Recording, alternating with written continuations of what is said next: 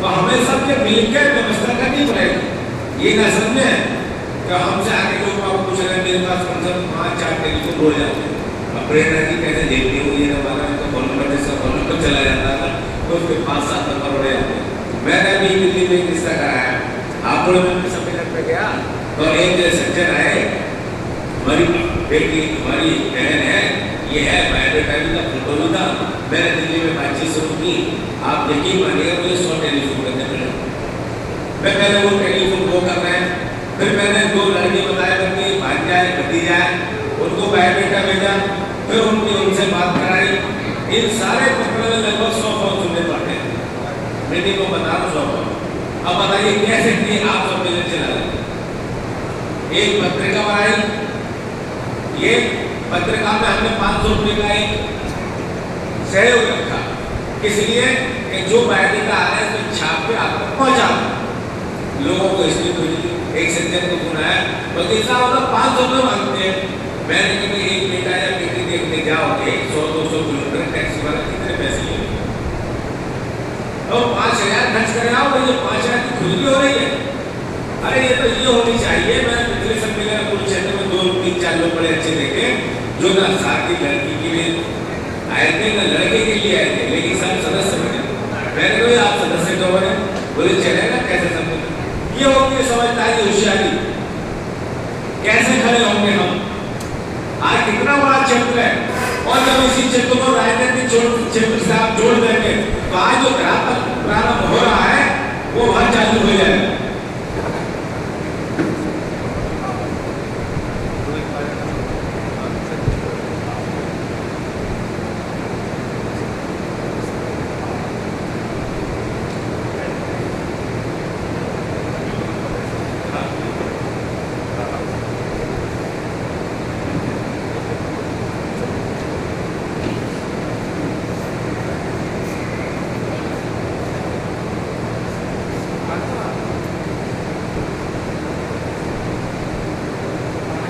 मधु सेनी भाई है,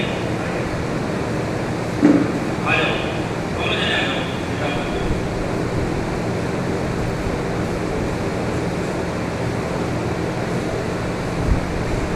इनकी डेट ऑफ बर्थ है 19/7/1998, लगभग 27 की एज है। प्रकाश यानी है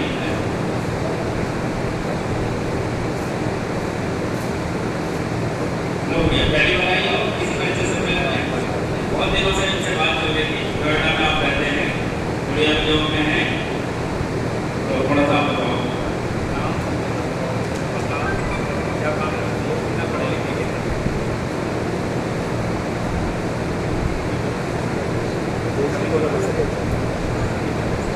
यहाँ पे सब उपस्थित हैं, उसको सबसे पहले सभी को नमस्ते। मेरा नाम मधु है, मैं नोएडा में रहती हूँ। मैं यहाँ आई हूँ फादर से। तो पहले तो जोरदार तालियां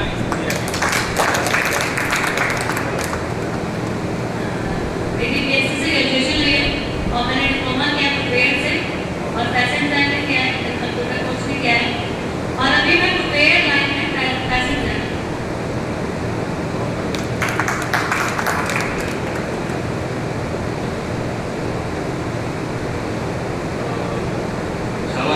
सभागृह में बैठे हुए सभी मेरे भाइयों को नमस्कार। मेरा नाम प्रकाश सैनी है, मैं ग्रेटर नोएडा बेस में रहता हूँ, नियर बाई गाजियाबाद। और ये मेरी बेटी है मधु सैनी।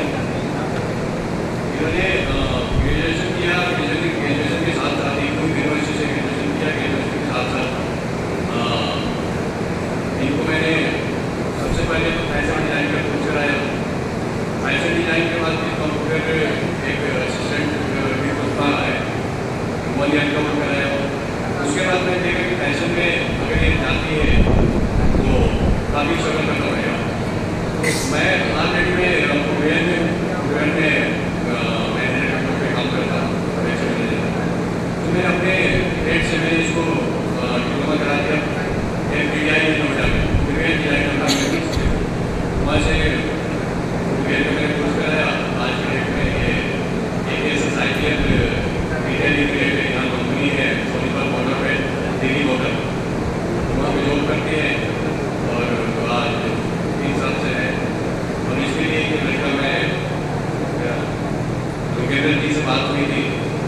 काफ़ी दिन से बात चल रही थी हमारे कल्चर कंप्लीट हमको मीटिंग हुआ था उसमें आ नहीं पाया किसी कारणवश मैं कहा कि इस बार देखा होगा तो मैं आया हूँ।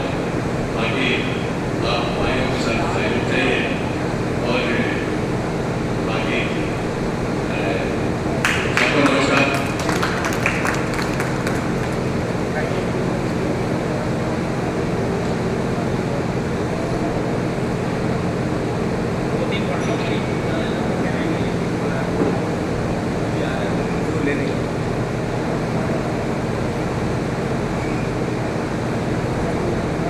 इसी प्रकार आपने उदाहरण भी देख लिया, हमारे लोकेश जी ने उदाहरण भी दे दिया और बेटी ने भी अपने बारे में बता दिया, पिताजी ने बता दिया।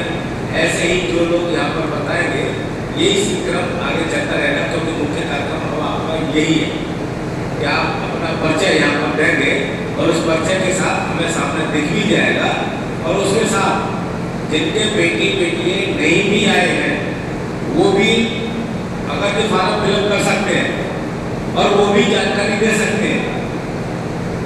तो उससे ऐसा होगा जितने लोग यहाँ पर हैं उससे हमें ज़्यादा लोगों को बायोडाटा का मालूम पड़ जाएगा। तो मैं अगला क्रम बुला रहा हूँ रीना सैनी जी। रीना सैनी जी, अच्छा आप बताइए। नमस्कार, मैं राम सिंह राकेशी हरिद्वार से हूँ। मेरी बेटी है 31 साल की और 5 महीने है तो मैंने और उसको 35 टाइम हो सकती है कि 2 मिनट का हो उम्र 31 साल इस साल की ये प्रेगनेंसी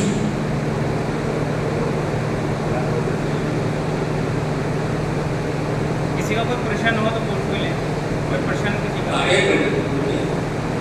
ये पर्ची हमारे पास आया रीना सैनी जी का, जिनका विवाह मुजफ्फरनगर में विवाह हुआ और वहां से संबंध विच्छेद हो गया। जो विधवा जो हमारे पास विधिवत रूप से जो उसका तलाकनामा हुआ उसकी कॉपी भी है। तो आप इस संबंध में कोई प्रश्न पूछना चाहते हैं, 31 वर्ष उम्र है उनकी, अगर कोई इसमें रुचि रखता है तो इसको अपने संज्ञान में लें और उनके पिता मौजूद हैं ये उनको बता भी देंगे। तलाक का क्या कारण था थोड़ा सा बता। तलाक का क्या कारण? कारण ये था कि हम लोग क्योंकि हम लोग उत्तर प्रदेश के गोरखपुर के आसपास हैं, इसलिए रीजन है वो बीच में उनका कम्युनिकेशन अच्छा नहीं रहा, इसीलिए माँ बाप पढ़ाई नहीं करने के लिए हम लोग क्षेत्रीय भाषा की वजह से 90% प्रॉब्लम नहीं है। अभी एक शादी कहाँ पे करनी है, दिल्ली में करनी है क्या? क्योंकि अभी हरिद्वार में चलता होगा, अभी उसका ट्रांसफर हो गया है वहाँ पे भेजा है वो तो पहले से नहीं दिल्ली में करोगे शादी ये पूछ रहे हैं। लोगों को वो मतलब एनसीआर पास कर लेंगे। एनसीआर तो दिल्ली में ही आता है। कर ले अब आप जैसे अभी योजना तालीम रहती दिन के लिए भी, अब जैसे ये रीना जी की पिताजी है और हमारा उद्देश्य मात्र कर रही है यहाँ पर, जैसे रीना जी पिताजी थे उनका साथ सी बता दो। आप रमेश जी, दिनेश जी और अशोक जी हमारे मध्य में है, दिल्ली से ही है और दिल्ली एनसीआर क्षेत्र में जो विवाह चाहते हैं बेटी का, तो आप आपस में बात कर लीजिए। इस संस्था का सबसे मुख्य परम उद्देश्य यही है कि आप आपस में विचार विमर्श कर लें। संगठन का कोई लेना देना नहीं है। हाँ, हम एक चीज के लिए जरूर जोर डालेंगे कि अगर दहेज मुक्त विवाह हो तो ज्यादा वैवाहिक एक आदत के रूप में हम कह सकें कि भाई हमने दहेज मुक्त विवाह किया और संगठन ने हमें ये चीज मुहैया कराई। हम केवल यही मुहैया कराते हैं, लड़की की कोई जिम्मेदारी संगठन के ऊपर नहीं, लड़के की कोई जिम्मेदारी संगठन के ऊपर नहीं है।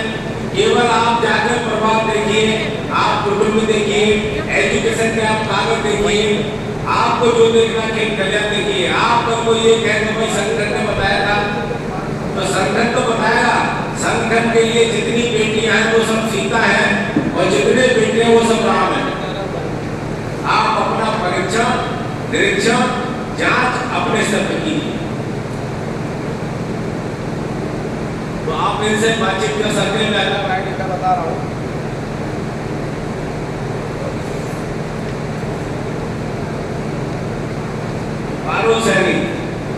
पारो सैनिक के प्रवासी कौन आए हैं? पारो सैनिक के प्रवासी तो यहाँ पर है।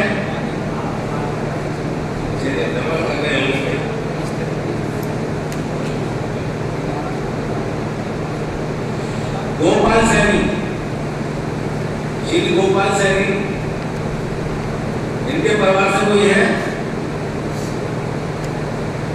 इनके परिवार से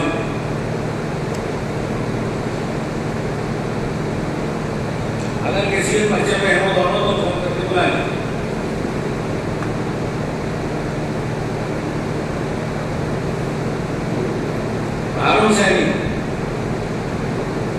भारत सैनिक कौन है? भारत सैनिक के प्रवास से कोई है? हाँ बताइए।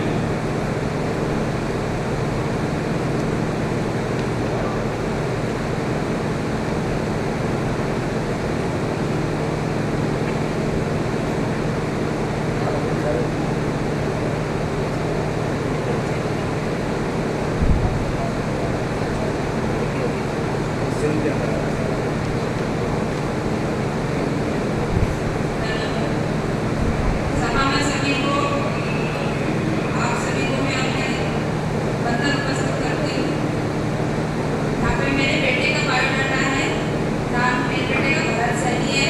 गाँव में एक कंपनी में जॉब करता है, सॉफ्टवेयर इंजीनियर। उसकी डेट ऑफ बर्थ 1998 है और अच्छी पर्सनैलिटी का मेरा बेटा है।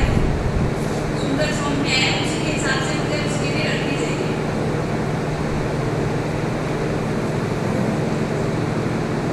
क्या उसकी जो आईडी है 12 लाख का पैकेज। 12 लाख का पैकेज है। कहाँ के रहने वाले? अलीगढ़ में, लेकिन उसका रेजिडेंस गुड़गांव में है। आपकी सिस्टर है? नहीं इन्हें यहाँ से माइक एक मिनट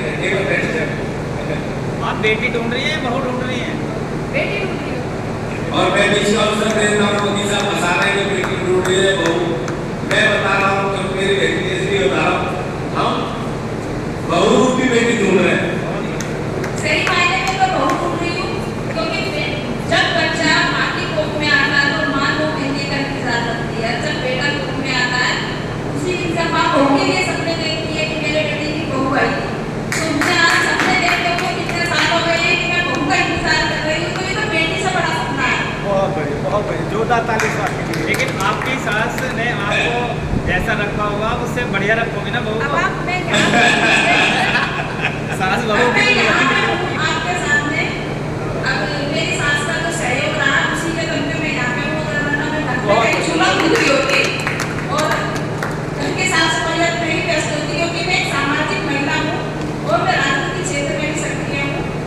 तो ये मेरी सास की दम पे है जो मैं बाहर निकली हूँ। आपको पहली बार ये चीज देखी होगी यहाँ पर बहू द्वारा सास की प्रशंसा करना। आप प्रोग्राम आया करो। बहू सास की प्रशंसा करती हुई नहीं देखती, चाहे सीरियल हो या वास्तविक जीवन हो। लेकिन बेटी ने दोनों बात रखी कि बहू रूपी बेटी चाहिए। और मैं किसके दम पर हूँ? अपनी सास के दम पर हूँ। तो सास के दम पर यानी माँ का दर्जा उसे दे रही है।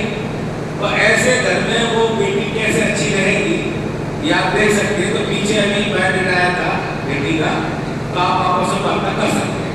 और यहाँ ये प्रांगण इसलिए है कि एक तरह से कहते हैं लड़की देखिए प्राइवेट, तो ये ऊपर बाहर देख जाओ, प्राइवेट बाहर देख लो, मतलब इतनी सारी जगह है यहाँ पर आप आराम से बात कर सकते हैं। इसके लिए बहुत अच्छा एहसास कराया। और भारत के बाद क्या संजय सेठी आ गए क्या? अच्छा, ये डॉक्टर प्रवीण आ जाएंगे। प्रवीण जी आगे बायोडाटा की आएंगे पढ़ के। जोरदार ताली से स्वागत कर लीजिए प्रवीण जी का। आज हमारे हर सम्मेलन में रहते हैं।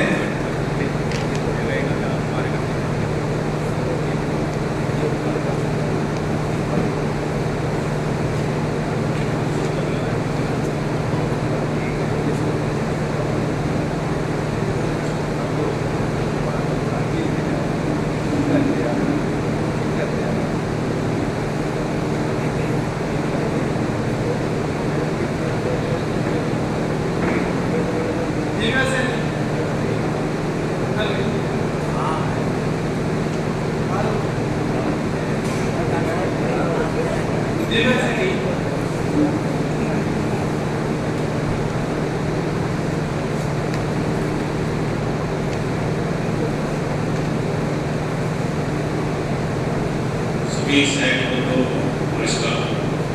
मैं हमारी हेल्थ का भूपेंद्र जी का नाम सुना था, लेकिन आप कर सकते हैं भूपेंद्र जी की, प्रवीण जी की काफ़ी एक्टिव मेंबर है हमारी।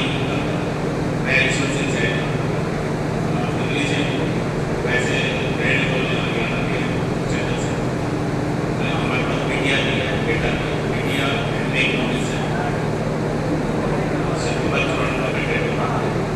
बेटे का ग्रेजुएट इंजीनियर बीटेक किया, उनको से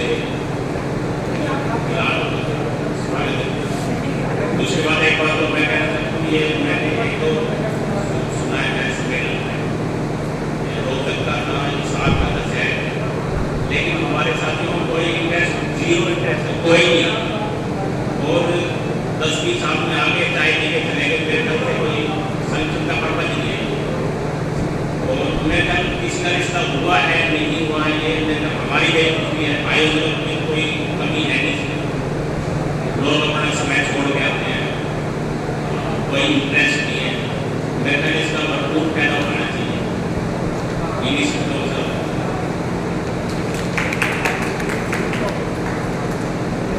अभिषेक सैनी अपने मानव में डेट ऑफ बर्थ है, बीटेक बायोमेडिकल में बायोमेडिकल, नौकरी वगैरह में कोई सेटिस्फैक्शन नहीं मिला, अच्छी टीचर्स वगैरह, तो इसने अपना काम शुरू किया है मेडिकल इक्विपमेंट का, MRI, CT स्कैन वगैरह, रिपेयर, सेल, परचेज, वो इसका काम है। तो कोई भी इच्छुक साथी संपर्क कर सकते हैं। तो उसका क्राइटेरिया कोई क्षेत्र में है, आपका कहाँ से कर सकते हैं। कई लोगों के साथ ये समस्या भी आती है कि साहब हम 150 किलोमीटर से आगे नहीं देंगे, और दो तीन जगह मैंने ये रोक देखा है, दिल्ली, जयपुर और चंडीगढ़, ये 3 जगह मैंने रोक देखा, मेरा व्यक्तिगत वो है कि साहब हम चंडीगढ़ से बाहर नहीं देंगे, हम दिल्ली से बाहर नहीं देंगे, और हम वहाँ से नहीं करेंगे कि दूर से दूर है। और मैंने इसी अनुभव से एक चीज़ सीखी है, 3 बच्चे मेरे, मैंने ये सोचा 3 बच्चों से 3 विदेशों में करूँगा, कहीं जाने आने को मौका तो मिलेगा, कोई बाहर नहीं सही, तो वो आप ऐसा कोई क्राइटेरिया नहीं, हमारी कोई सीमा नहीं है, कोई लिमिट नहीं है। मैं तो बल्कि दिल्ली को श्राप समझता हूँ, दिल्ली सबसे गंदी जगह है, पॉल्यूशन, मार काट, चाकूबाजी, इसके बाहर जैसे उत्तराखंड है कितना अच्छा एरिया है, मन भी करता है तो ऋषिकेश जाए। हमारा 50% पर्पज तो यही था यहाँ आने का, और 50% का पर्पज ऋषिकेश घूमने का। तो ऐसी जगह मिलने बहुत अच्छी बात है, जो यहाँ के लोग रह रहे हैं वो भाग्यशाली हैं, इतने अच्छे माहौल में रह रहे हैं, वो हमारी कोई लिमिट, कोई बाउंड्री नहीं। बाबूजी के साथ कौन कौन आया है वो सब आ जाएंगे प्लीज, एक बार आ जाए दोनों दस पे।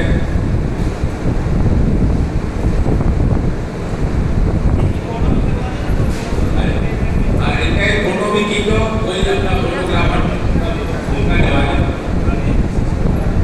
हाँ सिस्टर भी आ रही है, उनको भी बुला लो।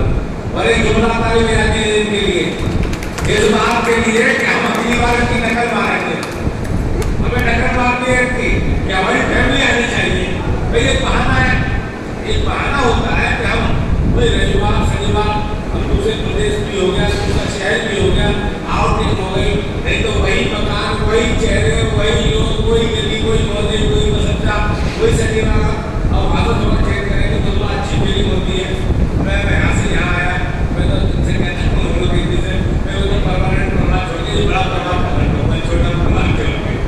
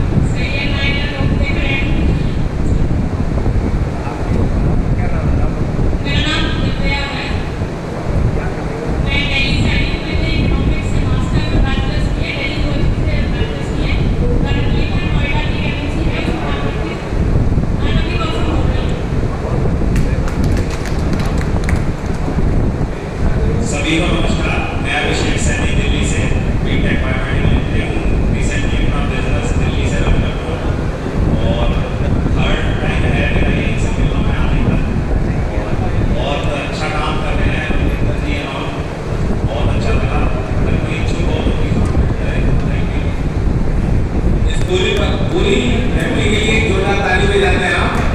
और अगली बार यहाँ सम्मेलन हो थोड़ा सा करें, ये आईडी फैमिली हमारे लिए भाई ऐसी फैमिली आती है ना तो हमें लगता हमारे अपने साथ परिवार में नहीं, एक छोटे परिवार से निकल के बड़े परिवार में हम आ गए और धीरे धीरे ये परिवार हमारा बढ़ता है। और मैं निश्चित ही कह सकता हूँ, मैं अकेला पूरे भारत में घूमता हूँ, 100 लड़कियां 100 लड़के मेरे व्यक्तिगत रूप से पता है मुझे। हम लोग कहते हैं हमसे बता दो आज अभी, हमने कहा ये खेल है, व्यापार नहीं है। जब हमारे बाप को वकालत में पैसे दे देता वो किसी साल में मुकदमा तैयार करो तो आंखों में काले गड्ढे पड़ जाते हैं, 10 बजे सोते हैं, 11 बजे 2 बजे नींद खुल जाती है, सुबह हमें ये देना होगा जवाब उसको। ये हमारा व्यापार नहीं है। जब वकालत में से समय बचेगा तब हम आप पर प्रोटेक्शन कराएंगे। कई लोग ऐसे चुपड़ते हैं, इसलिए उनको भी आगाह कर देना चाहता हूँ भाई ऐसी फैमिली बना लो। आज आपको एक फैमिली मालूम है, इस प्रकार की फैमिली है, आपस में वार्तालाप करो। पर संगठन के ऊपर ये बोलने की जिम्मेदारी का संगठन करेगा। संगठन की जिम्मेदारी क्या है जो उन्होंने स्वेच्छा से उठाई है, ये हम दोनों परिवारों को एक साथ मिला लें। बाकी हमारा परिवार कैसे चले, हमारी पुष्पा कैसे चले, हमारे सदस्य कैसे बढ़े, हमारा परिवार कैसे बढ़े। हमारी 20 फैमिली आती है, एक कल्पना कीजिए 20 फैमिली, 20 बंदे 100 लोग होते, लड़की भी दी गई, लड़की